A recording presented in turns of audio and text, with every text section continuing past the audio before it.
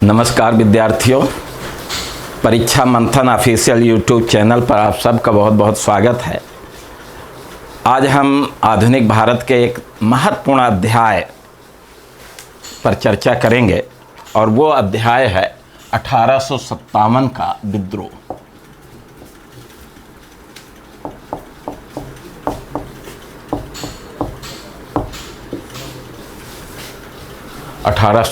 का विद्रोह, ठीक है, ये टॉपिक है। वास्तव में आधुनिक भारत की ये बहुत ही महत्वपूर्ण घटना है और इस घटना पर अनेक विद्वानों ने बड़े बड़े ग्रंथ रचे हैं। एक घटना एक है और इस एक घटना पे बड़े बड़े ग्रंथ की रचना की गई है। अब 1857 के विद्रोह के संदर्भ में अगर आप देखें तो कुछ सामान्य बातों के अतिरिक्त कुछ सामान्य बिंदुओं की चर्चा करेंगे।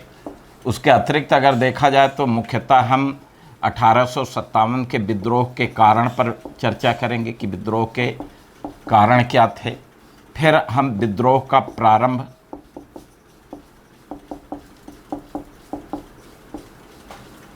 विद्रोह का प्रसार एवं पतन,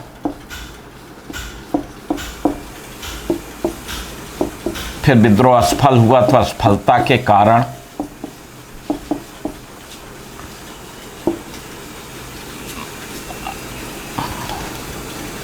फिर विद्रोह का परिणाम क्या हुआ, परिणाम एवं महत्व। तो ये बिंदुओं को आपको देखना चाहिए कि जब हम 1857 के विद्रोह का अध्ययन करें तो हम किन किन बिंदुओं को कवर करें। ये महत्वपूर्ण बात है। पहले ही किसी टॉपिक का पूरा खाका खींच लेना चाहिए। तो 1857 के विद्रोह के कुछ सामान्य बिंदुओं के साथ विद्रोह का कारण, विद्रोह का प्रारंभ, विद्रोह का प्रसार एवं पतन, असफलता के कारण, विद्रोह का परिणाम एवं महत्व, इन बिंदुओं को जानने की आवश्यकता है। ठीक है।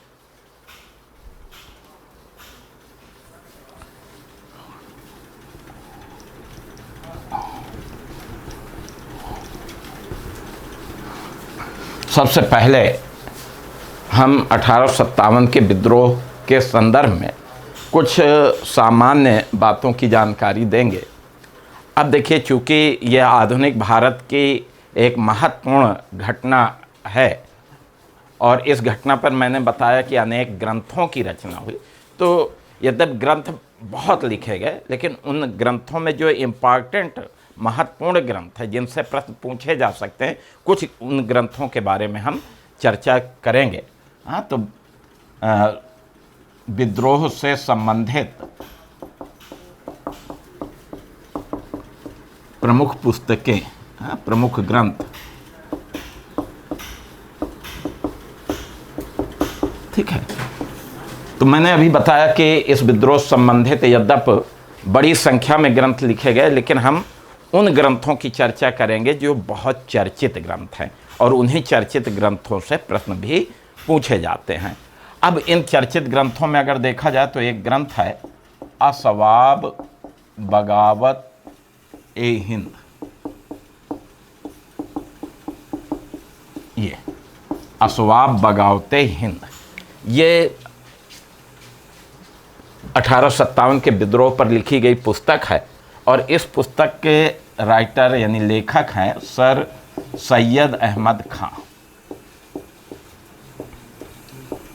सर सैयद अहमद खां, इन्होंने ये पुस्तक लिखी और सर सैयद अहमद खां एक ऐसे विद्वान लेखक हुए जिन्होंने 1857 के विद्रोह को अपनी आँखों से देखा था।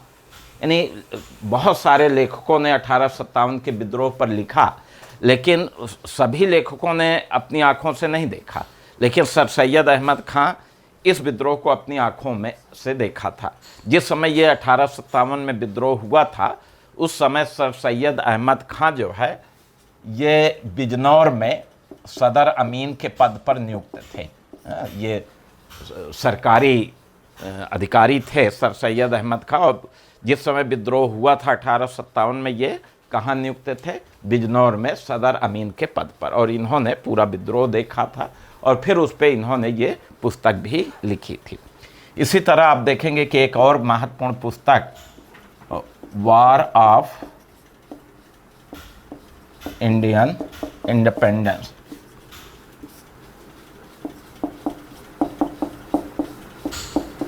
ये पुस्तक है, और ये पुस्तक लिखी वीडी सावरकर।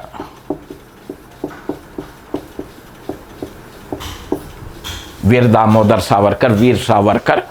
तो वीर सावरकर ने ये 1857 पर ये पुस्तक लिखी है, war of Indian independence, Bharat का स्वतंत्रता संग्राम। ठीक है। फिर आप देखेंगे कि एक और द ग्रेट रिवेलियन, ये पुस्तक लिखी गई इस शीर्षक से अशोक मेहता द्वारा, इसे भी ध्यान में रखिए। फिर आप देखेंगे कि एक बड़ी महत्वपूर्ण पुस्तक है इस पर, सिपाही म्यूटनी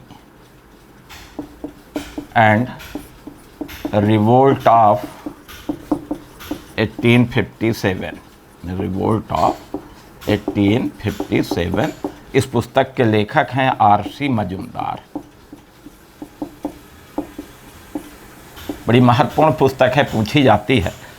और फिर एक और पुस्तक 1857, सुरेंद्र नाथ सेन।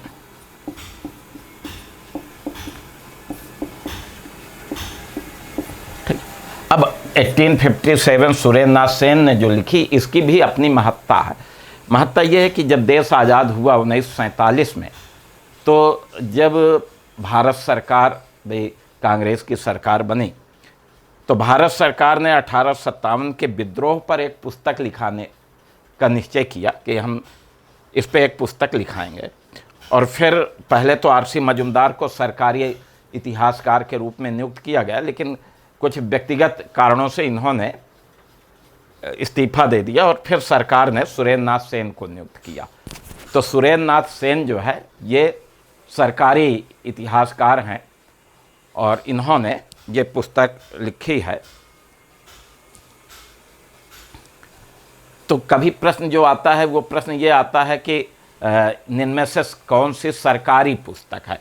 तो जितनी ये पुस्तकें हैं इनमें सरकारी पुस्तक कौन सी है? 1857, इसे सरकार ने स्वयं लिखवाया और लेखक कौन है? सुरेंद्र नाथ सेन। ठीक है।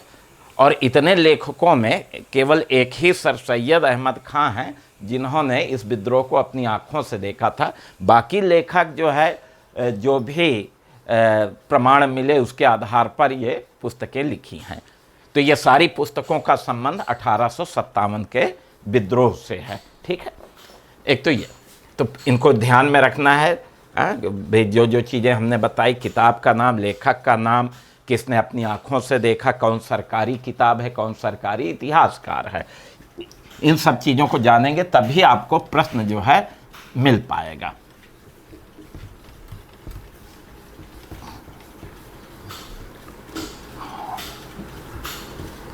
अब देखिए, जिस समय 1857 में विद्रोह हुआ, भारत में अंग्रेजी शासन था।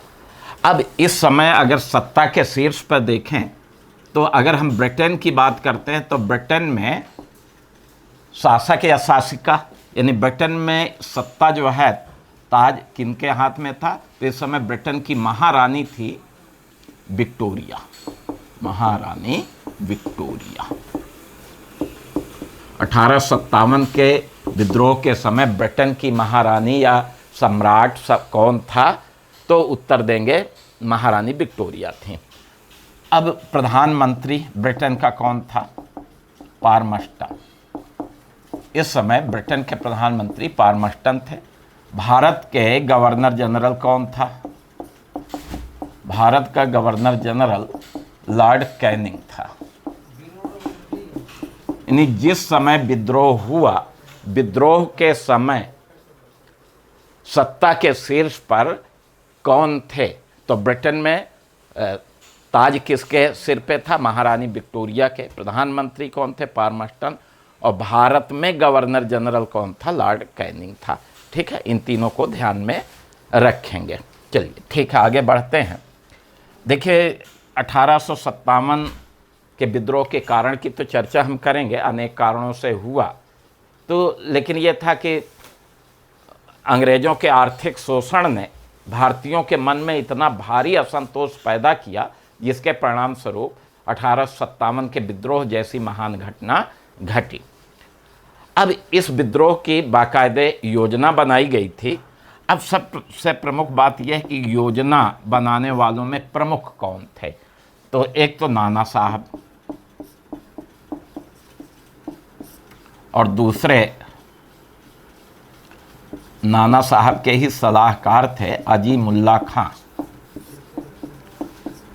तो विद्रोह की योजना बनाने वालों में दो प्रमुख नाम लिया जाए तो नाना साहब और अजीमुल्ला खां ने विद्रोह की योजना बनाई थी।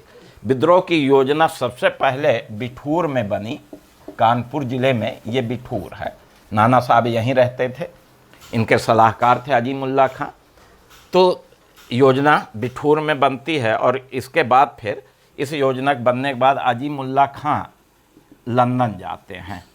ठीक है, लंदन में बहुत सारे भारतीय रहते थे, उनसे भी गुप्त रूप से इन्होंने चर्चा की विद्रोह की। लंदन से ये फिर तुर्की गए, कुस्तुनतुनिया राजधानी थी।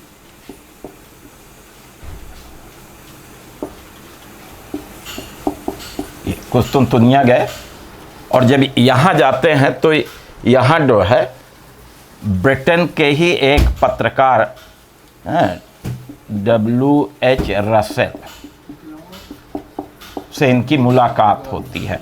तो अजीमुल्ला खां की कुस्तुनतुनिया में किस ब्रिटिश पत्रकार से भेंट हुई थी? W.H.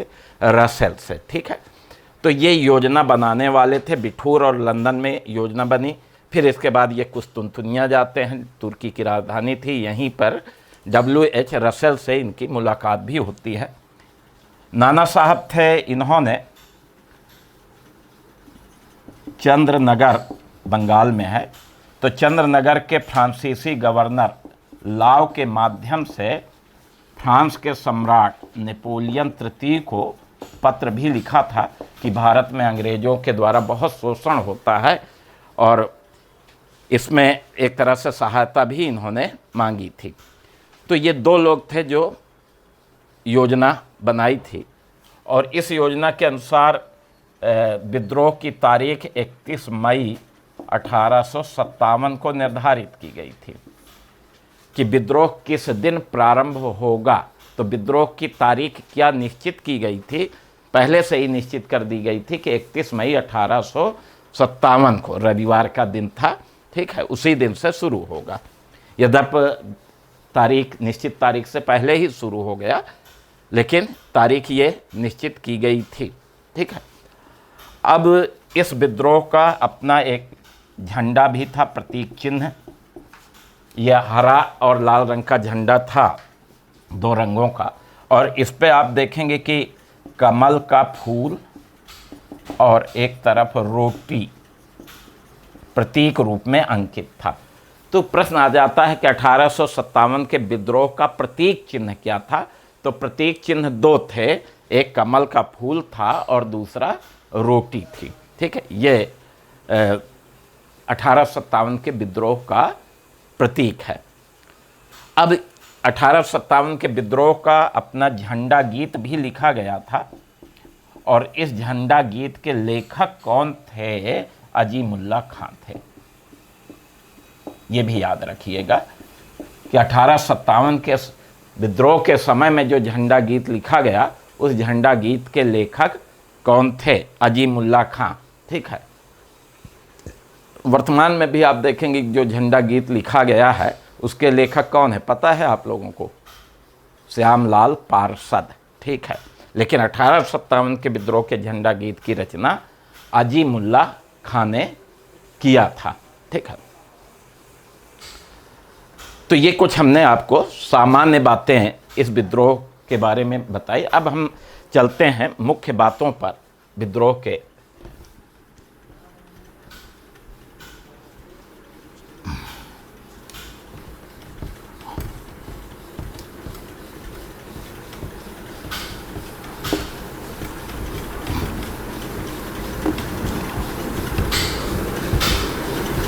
सबसे पहले हम विद्रोह के कारण पर चर्चा करेंगे कि 1857 का विद्रोह एक महान विद्रोह, एक बड़ी घटना। आखिर ब्रिटिश सत्ता के विरुद्ध भारतीयों ने इतना बड़ा विद्रोह क्यों किया, उसके पीछे क्या कारण थे? तो देखिए, 1857 के विद्रोह के लिए यद्यपि अंग्रेजों का आर्थिक शोषण सबसे प्रमुख कारण था, यद्यपि आर्थिक शोषण के साथ साथ अन्य कारण भी इसके लिए जिम्मेदार थे। और अन्य कारणों में जैसे एक राजनीतिक कारण,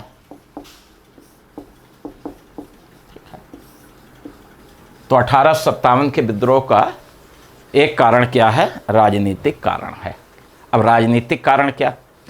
देखिए, ब्रिटिश शासन के विरुद्ध भारतीय समाज के उच्च वर्ग में एक आम असंतोष व्याप्त था। अब उच्च वर्ग में अगर देखा जाए, कुलीन वर्ग में, तो निश्चित रूप से राज परिवार के लोग आते हैं। अब राजनीतिक कारणों में अगर देखा जाए तो अंग्रेजों द्वारा मुगल सम्राट के अधिकारों को सीमित कर देना, अधिकारों को समाप्त करना। देखिए, इस समय 1857 के विद्रोह के समय भारत का मुगल सम्राट बहादुर शाह जफर यानी बहादुर शाह द्वितीय थे। तो बहादुर शाह सेकंड, बहादुर शाह द्वितीय, इनका उपनाम जफर, ये जफर उपनाम लिखते थे। तो ये इस समय मुगल सम्राट थे भारत के।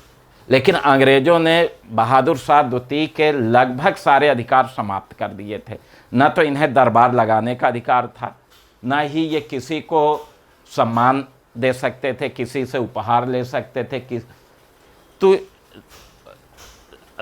दीवाने, आम दीवाने खास जो मुगल सम्राट के दरबार थे, वो अंग्रेजों ने बंद करा दिए। अन्य यहाँ तक कि सिक्का जारी करने का अधिकार था, वो भी समाप्त कर दिया। लगभग सारे अधिकार समाप्त कर दिए। और मुगल सम्राट अंग्रेजों के पेंशनर के रूप में काम करता था। अंग्रेज कुछ धन इनको दे देते थे जिससे इनका खर्च चलता रहे। तो इस तरह से जब मुगल सम्राट के अधिकार को समाप्त किया, तो मुगल सम्राट के साथ साथ इनके जो समर्थक थे वो भी अंग्रेजों से नाराज थे। दूसरी चीज़ ये अगर देखें तो एक अन्य कारण, इस समय लॉर्ड डलहौजी गवर्नर जनरल था। तो लॉर्ड डलहौजी की हड़प नीति, इससे भी उच्च वर्ग में भारी असंतोष व्याप्त था। अब डलहौजी की हड़प नीति क्या थी कि जिन भारतीय नरेशों के पुत्र नहीं थे, वो अभी तक ये था कि वो गोद ले लेते थे, वो उनके उत्तराधिकारी बन जाते थे। डलहौजी ने क्या किया कि गोद लेने का निषेध कर दिया कि ऐसे भारतीय नरेश जिनके पुत्र नहीं, गोद नहीं ले सकते, और उनकी मृत्यु के बाद वो राज्य ब्रिटिश साम्राज्य में मिला लिया जाएगा। तो डलहौजी की जो हड़प नीति थी, इस हड़प नीति के कारण कई राज्यों को ब्रिटिश साम्राज्य में मिलाया गया। आप देखेंगे कि हड़प नीति के माध्यम से ही सतारा राज्य, सतारा, संभलपुर,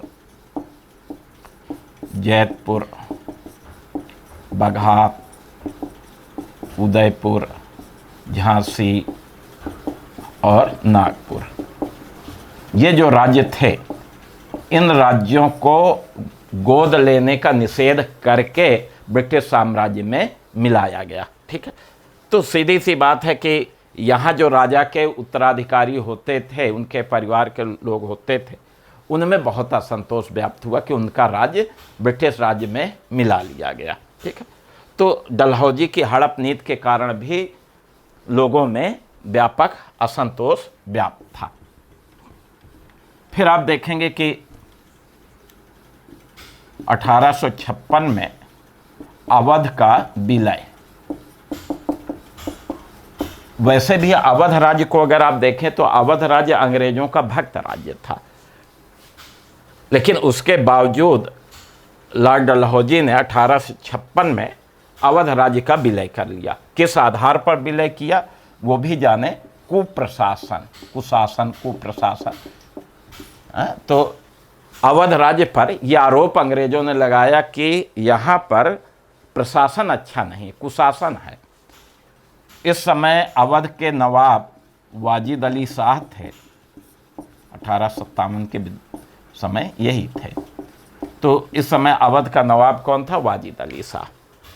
तो इन पर जो है कुप्रशासन का आरोप लगाया गया और यह आरोप लगा करके अवध को ब्रिटिश साम्राज्य में मिला लिया गया और वाजिद अली शाह को अवध से बाहर कर दिया गया, निर्वासित करके कलकत्ता भेज दिया गया। तो निश्चित रूप से इससे लोगों में भारी असंतोष पैदा हुआ कि देखिए, एक तो ये अंग्रेज़ों का भक्त राज्य था, कभी अंग्रेज़ों का विरोध भी नहीं किया, उसके बावजूद अंग्रेज़ों ने अवध को कुप्रशासन के आधार पर अपने साम्राज्य में मिला लेते हैं। तो इस कारण से भी लोगों में असंतोष व्याप्त हो जाता है। फिर आप देखेंगे कि नाना साहब की पेंशन बंद करना। अब नाना साहब पेशवा बाजीराव द्वितीय के दत्तक पुत्र थे, गोद लिए गए पुत्र थे। इनका वास्तविक नाम तो धोंदू पंत था, धोंदू पंडित, तो लेकिन ये नाना साहब के नाम से प्रसिद्ध थे। अब 1853 में पेशवा बाजीराव द्वितीय की जब मृत्यु हुई तो उनके उत्तराधिकारी ये थे।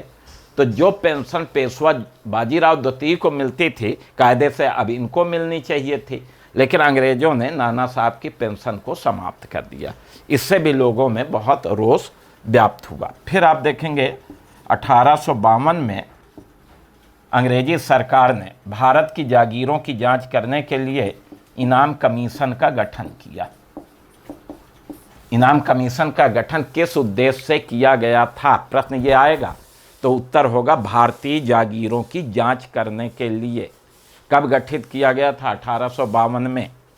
अब इस कमीशन ने भारत की 35,000 जागीरों की जांच की, इतनी जागीरों की जांच की, और इन 35,000 जागीरों में आप देखेंगे कि 20,000 जागीरों को जो है इस कमीशन ने अवैध घोषित कर दिया कि ये अवैध हैं और ये जागीरदारों से जागीरें छीन ली गई। 20,000 जागीरें छीनी गई जिन्हें ब्रिटिश साम्राज्य में मिलाया गया। तो सीधी सी बात है कि 20,000 जागीरदार जो है बिल्कुल बेरोजगार हो गए, सड़क पे आ गए, आर्थिक दिक्कतों का सामना करना पड़ा और इससे भी भारी असंतोष लोगों में व्याप्त था।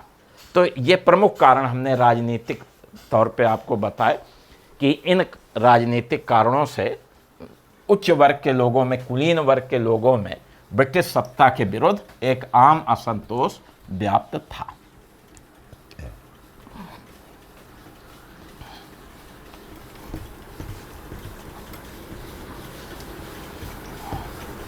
ठीक है। अब दूसरा कारण अगर देखें तो आर्थिक कारण है, और इस विद्रोह का सबसे प्रमुख कारण आर्थिक कारण था, क्योंकि प्रारंभ से ही अंग्रेजों ने भारत का आर्थिक रूप से शोषण करना प्रारंभ किया था। पिछले लेक्चर में हमने आर्थिक शोषण का पूरी कहानी बताई थी। आप देखेंगे कि अंग्रेजों की अगर भू राजस्व नीति आप पढ़ेंगे तो अंग्रेजों की भू राजस्व व्यवस्था बहुत ही शोषणकारी व्यवस्था थी। किसानों के ऊपर इन्होंने बहुत ज़्यादा कर निर्धारित किया था, लगान निर्धारित किया था, जिसके कारण किसानों की स्थिति बहुत ही दयनीय हो गई, वो कर्ज से डूब गए थे। ठीक है।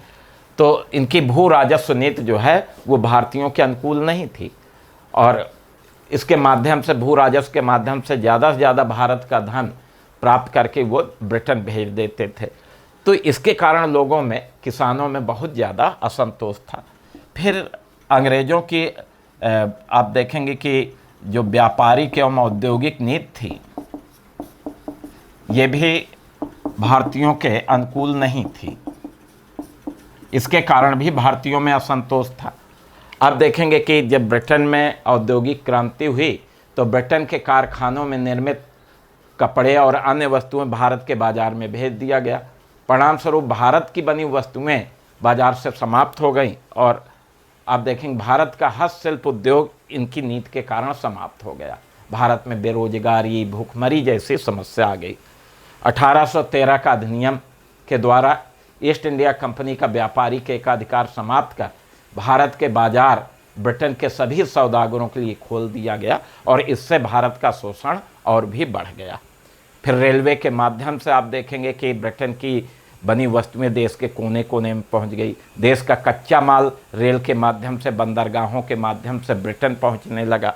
तो इससे भी आप देखेंगे कि बहुत ज़्यादा लोगों में असंतोष। कुल मिलाकर के अगर देखा जाए तो भारत में जो इन्होंने भारत की गरीबी, भारत की ऋणग्रस्तता, भारत में अकाल, भूखमरी, महामारी, सब का कारण अगर देखा जाए तो अंग्रेज़ों की आर्थिक नीति थी। इसके कारण ये स्थिति आ गई थी। तो इससे लोगों में सबसे ज़्यादा असंतोष व्याप्त था। इसके अतिरिक्त अगर देखा जाए तो सामाजिक एवं धार्मिक कारण ये भी था। इससे भी भारतीयों में अंग्रेज़ों के विरुद्ध बहुत असंतोष था, अंग्रेज़ों की सामाजिक धार्मिक नीतियों के कारण। पहली चीज़ तो यह है कि अंग्रेज़ भारतीयों के साथ अगर देखा जाए तो बहुत ही अपमानजनक व्यवहार करते थे। अंग्रेज़ों का भारतीयों के साथ कैसा व्यवहार होता था, अपमानजनक व्यवहार। अपमानजनक व्यवहार का मतलब है कि ये बड़े अंग्रेज़ नस्लवादी थे। वो गोरे लोग थे तो बड़े नस्लवादी थे ये लोग, और ये भारतीयों को जो है काला, कुत्ता, सुअर, हबसी जैसे आप शब्दों से संबोधित करते थे। तो ये भारतीयों के लिए बहुत अपमानजनक था, ठीक है। और आप सोचिए कि भारत में ही होटल क्लब में बोर्ड लगा दिया जाता था कि कुत्तों और भारतीयों का प्रवेश वर्जित, यानी अपने ही देश में हम होटल में, क्लब में, किसी महत्वपूर्ण स्थान में नहीं जा सकते थे क्योंकि वहाँ अंग्रेज जाते थे।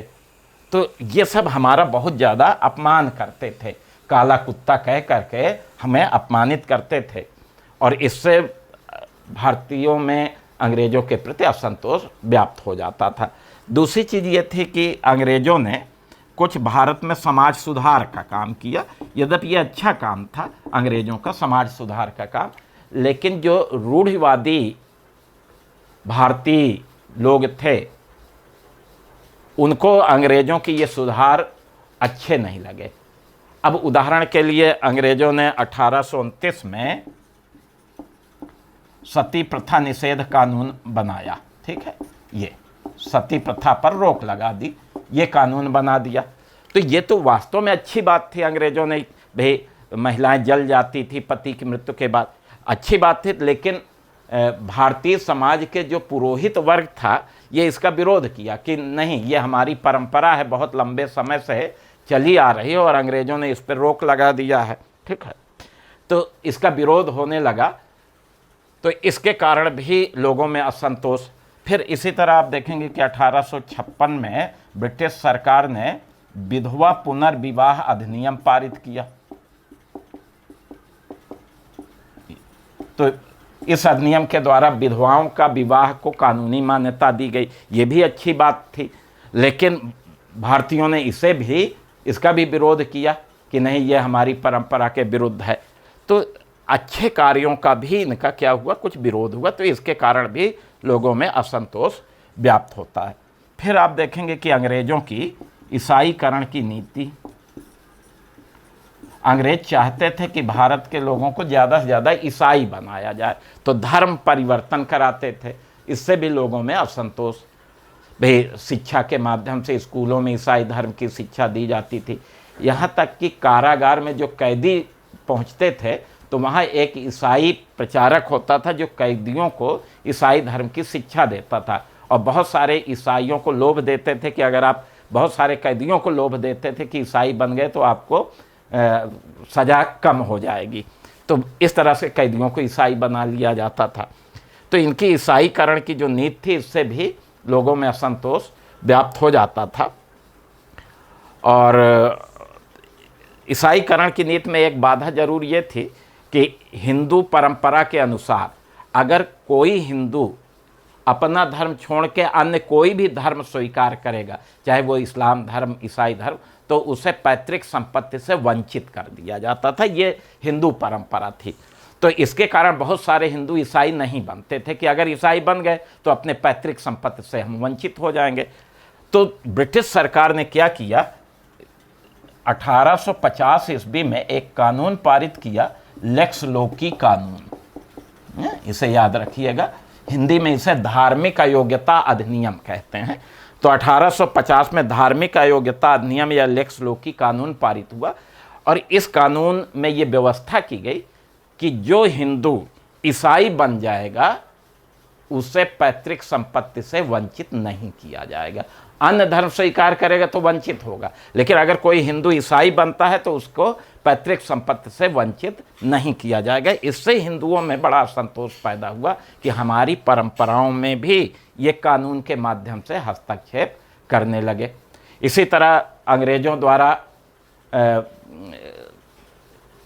हिंदू देवी देवताओं, मुस्लिम पैगंबरों की आलोचना की जाती थी, उनको जो है अपशब्द कहे जाते थे, तो इससे भी लोगों में बहुत ज़्यादा असंतोष था। तो ये सब हम सामाजिक धार्मिक कारण थे जिससे लोगों में अंग्रेज़ों के प्रति असंतोष व्याप्त हुआ, और फिर आप देखेंगे 1857 के विद्रोह जैसी घटना घट जाती है। तो ये हमने सामाजिक धार्मिक कारण के बारे में चर्चा की।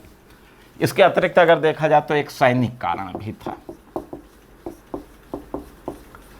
देखिए, जो ब्रिटिश सरकार के अंतर्गत सेना होती थी वो ब्रिटिश सरकार के अंतर्गत, लेकिन इस सेना में सारी सैनिक अंग्रेज नहीं होते थे। अब 1857 के विद्रोह से पहले जो भारत की सेना थी, इसमें अगर आप देखें तो इस सेना में यूरोपी केवल 45,000 थे, ये अंग्रेज या यूरोपी, और इसी सेना में भारतीय अगर देखा जाए तो 2,38,000 थे। यानी भारतीयों की संख्या अधिक थी ब्रिटिश सेना में, अंग्रेजों की तुलना में या यूरोपियों की तुलना में भारतीय सैनिक क्या थे, अधिक थे। ठीक है, अब फिर प्रश्न आता है कि जब अधिक है तो इनमें असंतोष किस बात का? तो असंतोष ये था कि सैनिकों के प्रति ब्रिटिश सरकार, भारतीय सैनिकों के प्रति ब्रिटिश सरकार भेदभावपूर्ण नीति अपनाती थी। ये मूल कारण था, भेदभावपूर्ण नीति, भेदभाव करना। अब पहली चीज तो वेतन को लेकर भेदभाव, यूरोपीय सैनिकों को अधिक वेतन, भारतीय सैनिकों को कम वेतन, उनकी तुलना में बहुत कम वेतन दिया जाता था। प्रोन्नति को लेकर, प्रमोशन को लेकर भेदभाव। एक यूरोपीय सैनिक को नियमित रूप से प्रमोशन मिलता था और वो सिपाही से नियुक्त होकर के अधिकारी के पद पर पहुंच जाता था, और वहीं एक भारतीय सैनिक बहुत योग्य होता था तब मुश्किल से हवलदार के पद तक पहुंच पाता था। हवलदार से ऊपर का पद किसी भारतीय को नहीं दिया जाता था। इससे भी भारतीयों में बहुत ज़्यादा असंतोष था। और फिर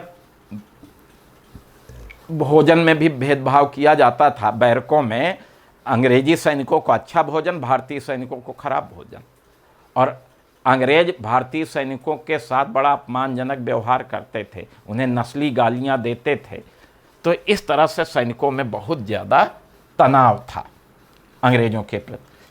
1854 में डाक सुधार अधिनियम आया, ये डलहौजी के समय में, और इस अधिनियम के द्वारा भारत सैनिकों की निःशुल्क डाक सुविधा समाप्त कर दी गई। अभी तक क्या था कि सैनिकों को डाक सुविधा निःशुल्क होती थी, लेकिन इस सुधार अधिनियम के द्वारा सैनिकों की निःशुल्क डाक सुविधा समाप्त कर दी गई। इससे भी सैनिकों में असंतोष व्याप्त हुआ। एक और बड़ा कारण जिससे सैनिकों में बहुत ज़्यादा असंतोष आया वो देखें, 1856 ईस्वी में लॉर्ड कैनिंग की सरकार ने क्या किया कि सामान्य सेवा भर्ती अधिनियम पारित किया। ये एक अधिनियम बनाया गया, सामान्य सेवा भर्ती अधिनियम पारित होता है। ठीक है, अब इस अधिनियम के में ये कहा गया कि जो भारतीय सैनिक सेना में भर्ती होगा, भर्ती होते समय ही उसे ये स्वीकार करना होगा कि सरकार जहाँ चाहेगी वहाँ उन्हें काम करना पड़ेगा। वो सरकार जहाँ चाहेगी वो काम करने के लिए तैयार हैं। समुद्र पार जाने के लिए भी भारतीय सैनिक तैयार होंगे, ये पहले ही स्वीकार करा लिया जाता था। जबकि इस समय अगर देखा जाए तो हिंदू परंपरा में समुद्र पार करना धर्म भ्रष्ट माना जाता था। अगर कोई हिंदू समुद्र पार चला जाए तो उसे धर्म से निकाल दिया जाता था, अरे ये तो विधर्मी हो गया। आजकल तो समुद्र पार करना, विदेश जाना गर्व की बात है, लेकिन 19वीं शताब्दी में अगर आप देखें तो समुद्र पार जाना क्या माना जाता था? धर्म भ्रष्ट। जबकि इस कानून के अनुसार पहले ही सैनिकों से लिखवा लिया जाता था कि सरकार जहाँ चाहेगी वो काम करने के लिए वहाँ जाएंगे, चाहे बर्मा भेजें, चाहे अन्य देश फारस भेजें, ईरान भेजें, कहीं भी भेजें, जाना पड़ेगा। तो इस कानून से भारतीय सैनिकों में बहुत ज़्यादा असंतोष पैदा हुआ कि सरकार तो हमारा धर्म ही भ्रष्ट करा देगी। जब हमारा धर्म भ्रष्ट हो जाएगा, हिंदू धर्म से बाहर कर दिए जाएंगे, तो सीधी सी बात है ईसाई हमें बना लिया जाएगा कि अब आ जाओ, अब अपने धर्म से चले आओ तो ईसाई बन जाओ। तो इस कारण से सैनिकों में बहुत ज़्यादा असंतोष था। तो अंग्रेज़ों की भेदभावपूर्ण नीति, वेतन प्रोन्नति आदि, फिर डाक सुधार अधिनियम, सामान्य सेवा भर्ती अधिनियम, इनके कारण भारतीय सैनिकों में भारी असंतोष था। अब ये सब असंतोष तो था ही इन कारणों से, और इन्हीं सब कारण से आप सोचिए कि असंतोष रूपी बारूद का ढेर लग गया था। बस उसमें कोई माचिस की तीली आए और लगा दे और चिनगारी दे दे तो विस्फोट हो जाएगा। अब चिनगारी का काम करने का काम किसने किया? तो तात्कालिक कारण क्या था? तात्कालिक कारण था चर्बी वाले कारतूस की घटना।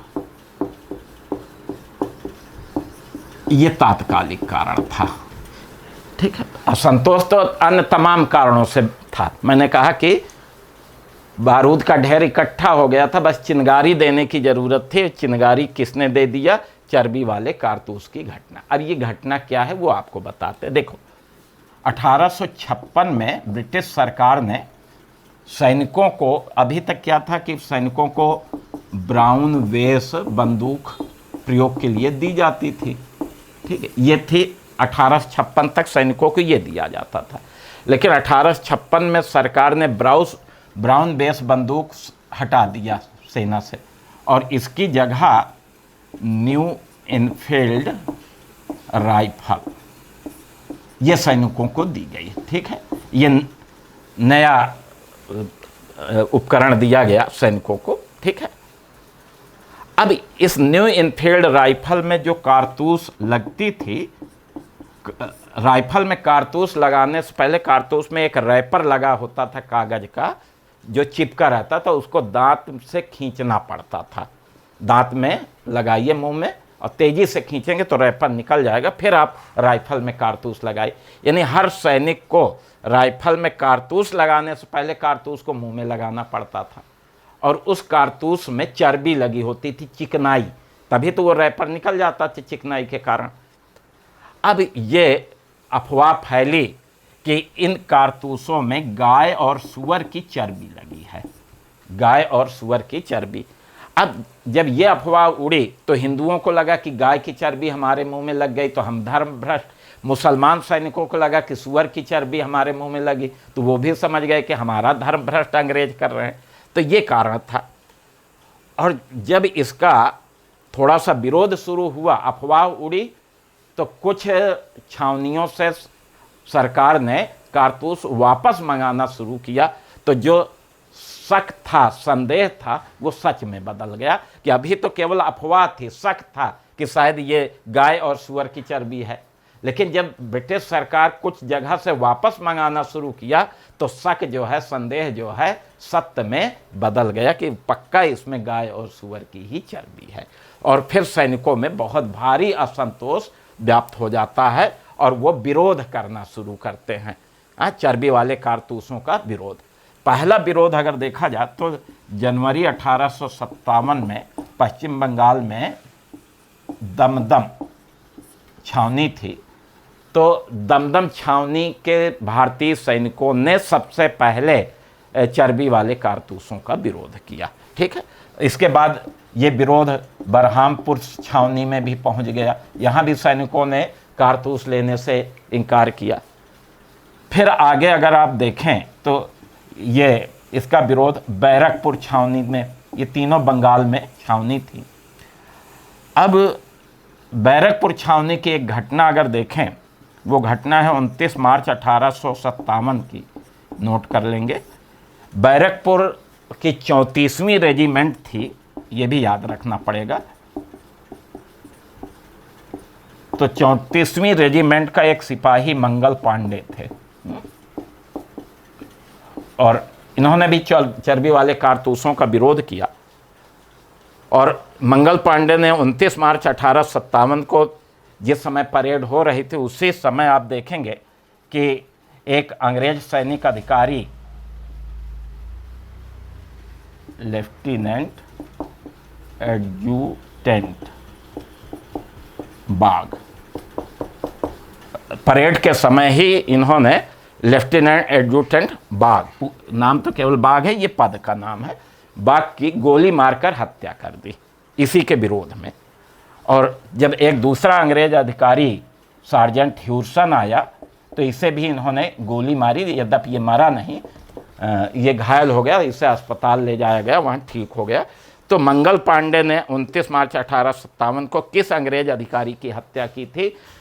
लेफ्टिनेंट एडजुटेंट बाग की हत्या की थी। एक अंग्रेज को गोली मारकर घायल किया गया, कर दिया।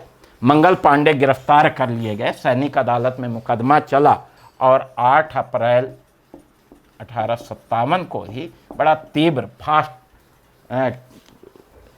ट्रायल हुआ और आप देखेंगे 8 अप्रैल 1857 को मंगल पांडे को फांसी की सजा दे दी गई। तो ये तो विरोध चल रहा था, अभी चर्बी वाले कारतूसों का विरोध हो रहा था। इसी क्रम में अगर देखा जाए तो 24 अप्रैल 1857 को मेरठ की छावनी में कुछ भारतीय सैनिकों ने चर्बी वाले कारतूसों को लेने से इनकार कर दिया। उन पर मुकदमा चलाया गया और 9 मई को फैसला आ गया। 9 मई को जो है 85 भारतीय सैनिकों को चर्बी वाले कारतूस न लेने के कारण या प्रयोग न करने के कारण 2 काम किया गया। एक तो सेना से निकाल दिया गया, नौकरी से बर्खास्त और 10 साल की सजा।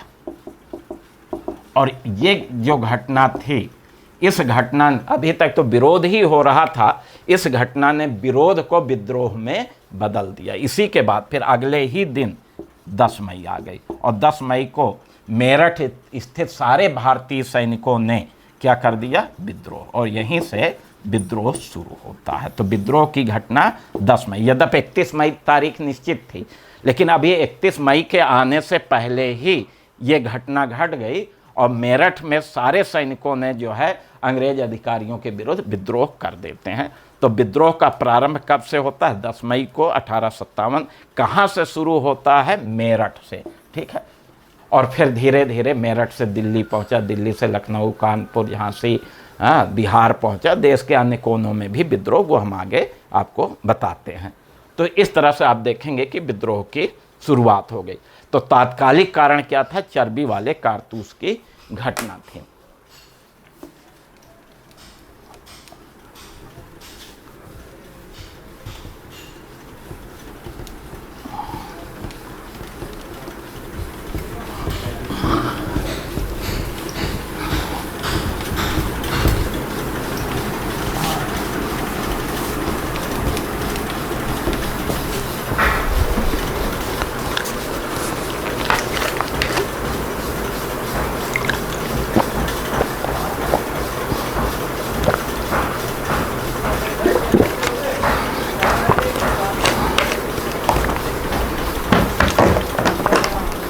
तो विद्रोह का प्रारंभ एवं प्रसार, पतन।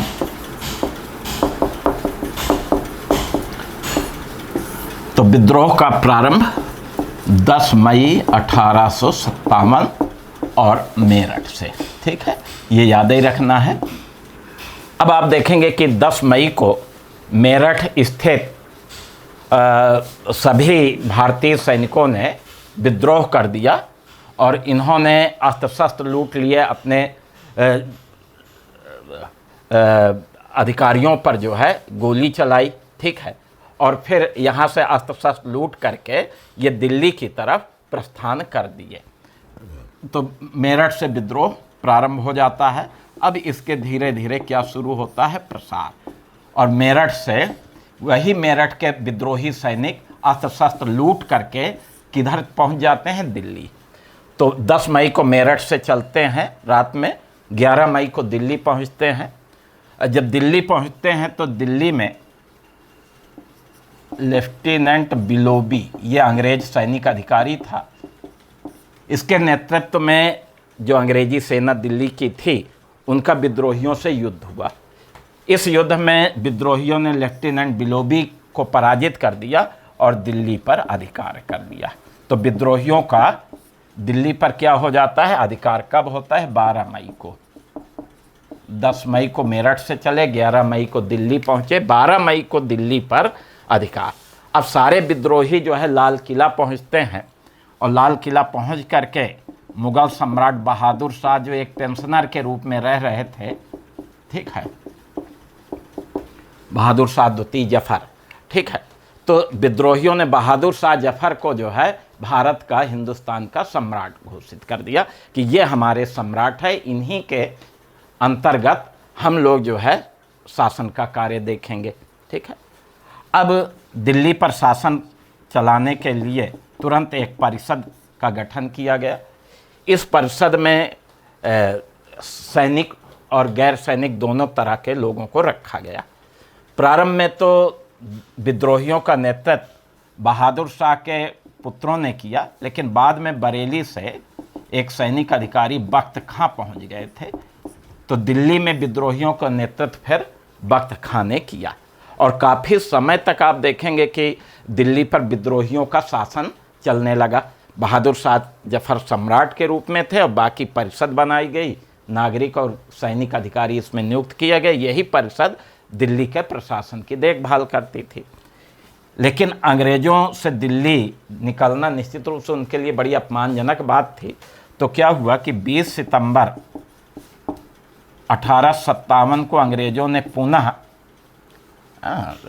दिल्ली पर आक्रमण कर दिया, ठीक है, और हडसन, ये अंग्रेज अधिकारी था।